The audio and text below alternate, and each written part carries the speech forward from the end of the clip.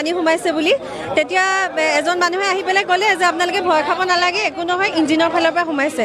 তাৰপাছতে 1 মিনিটমান হোৱাই নাই, পানীটো বহুত বেছিকৈ সোমাই আহিলে। তেতিয়া আমাক চিঞৰিছে যে ওলাই দিয়ক আপোনালোক বুলি, কিন্তু ক'ৰ পৰা সোমালে কি নাজানো আৰু। কিন্তু যোৱা বছৰৰ ঘটনাটো মানে পুনৰাবৃত্তি হ'বলৈ আৰু বেছি সময় নালাগিলেহেঁতেন যদি এৰি দিলেহেঁতেন ফেৰীখন আজি। আৰু মুঠতে চৰকাৰে এটা অনুৰোধ কৰিছোঁ, আমাৰ জীৱনৰ লগত যাতে এনেকৈ খেলা নকৰে, মাজুলী মানুহৰ ছেফটিটোৰ কথা চিন্তা কৰক। দলং হোৱালৈকে অন্ততঃ ডাঙৰ নাওখিনি ব্যৱহাৰ কৰিলে বেছি ভাল হয়। সেয়াই। পুলিচ প্ৰশাসনৰ বিভাগটো বহুত বেয়া হৈ আছে। মই কৈছিলোঁ এই নাওখনত আপোনালোকে ৰছীডাল খুলি দিছে।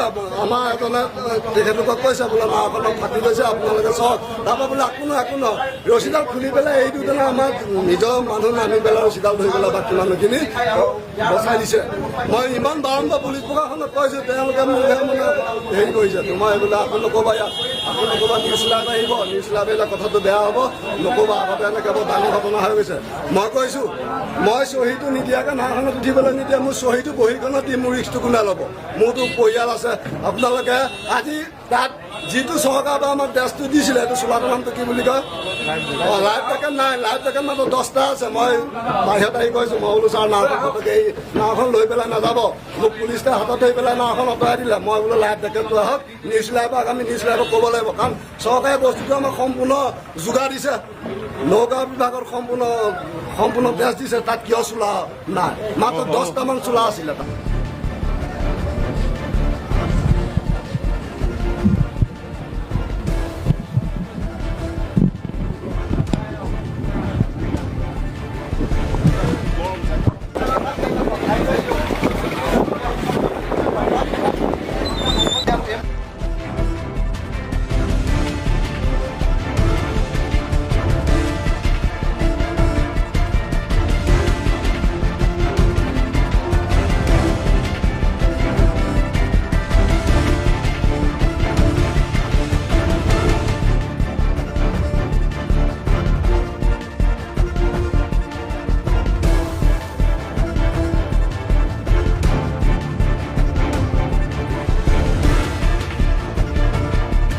পানী সোমাইছে বুলি তেতিয়া এজন মানুহে আহি পেলাই ক'লে যে আপোনালোকে ভয় খাব নালাগে, একো নহয়, ইঞ্জিনৰ ফালৰ পৰা সোমাইছে। তাৰপাছতে 1 মিনিটমান হোৱাই নাই, পানীটো বহুত বেছিকৈ সোমাই আহিলে। তেতিয়া আমাক চিঞৰিছে যে ওলাই দিয়ক আপোনালোক বুলি, কিন্তু ক'ৰ পৰা সোমালে কি নাজানো আৰু। কিন্তু যোৱা বছৰৰ ঘটনাটো মানে পুনৰাবৃত্তি হ'বলৈ আৰু বেছি সময় নালাগিলেহেঁতেন যদি এৰি দিলেহেঁতেন ফেৰীখন আজি। আৰু মুঠতে চৰকাৰে এটা অনুৰোধ কৰিছোঁ, আমাৰ জীৱনৰ লগত যাতে এনেকৈ খেলা নকৰে, মাজুলী মানুহৰ ছেফটিটোৰ কথা চিন্তা কৰক। দলং হোৱালৈকে অন্ততঃ ডাঙৰ নাওখিনি ব্যৱহাৰ কৰিলে বেছি ভাল হয়। সেয়াই। পুলিচ প্ৰশাসনৰ বিভাগটো বহুত বেয়া হৈ আছে। মই কৈছিলোঁ এই নাওখনত আপোনালোকে ৰছীডাল খুলি দিছে।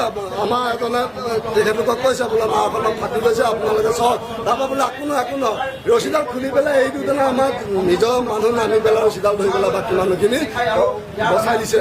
মই ইমান বাৰম্বাৰ পুলিচ প্ৰশাসনক কৈছোঁ, তেওঁলোকে মোক মানে হেৰি কৰিছে, তোমাৰ এইবিলাক আকৌ নক'বা, ইয়াত আকৌ নক'বা, নিউজ লাইভ আহিব, নিউজ লাইভ আহিলে কথাটো বেয়া হ'ব, নক'বা, আগতে এনেকৈ বৰ ডাঙৰ ঘটনা হৈ গৈছে। মই কৈছোঁ, মই চহীটো নিদিয়াকৈ নাওখনত উঠিবলৈ নিদিয়ে, মোৰ চহীটো বহীখনত দি মোৰ ৰিক্সটো কোনে ল'ব? মোৰতো পৰিয়াল আছে। আপোনালোকে আজি তাত যিটো চৰকাৰ বা আমাক ড্ৰেছটো দিছিলে, এইটো চোলাটোৰ নামটো কি বুলি কয়? লাইফ জেকেট নাই, লাইফ জেকেট মাত্ৰ 10টা আছে। মই বাহিৰত আহি কৈছোঁ, মই বোলো ছাৰ এই নাওখন লৈ পেলাই নাযাব। মোক পুলিচে হাতত ধৰি পেলাই নাওখন আঁতৰাই দিলে। মই বোলো লাইফ জেকেটটো আহক, নিউজ লাইভক আমি নিউজ লাইভক ক'ব লাগিব, কাৰণ চৰকাৰে বস্তুটো আমাক সম্পূৰ্ণ যোগাৰ দিছে। নৌকা বিভাগৰ সম্পূৰ্ণ ড্ৰেছ দিছে, তাত কিয় চোলা নাই? মাত্ৰ 10টামান চোলা আছিলে তাত।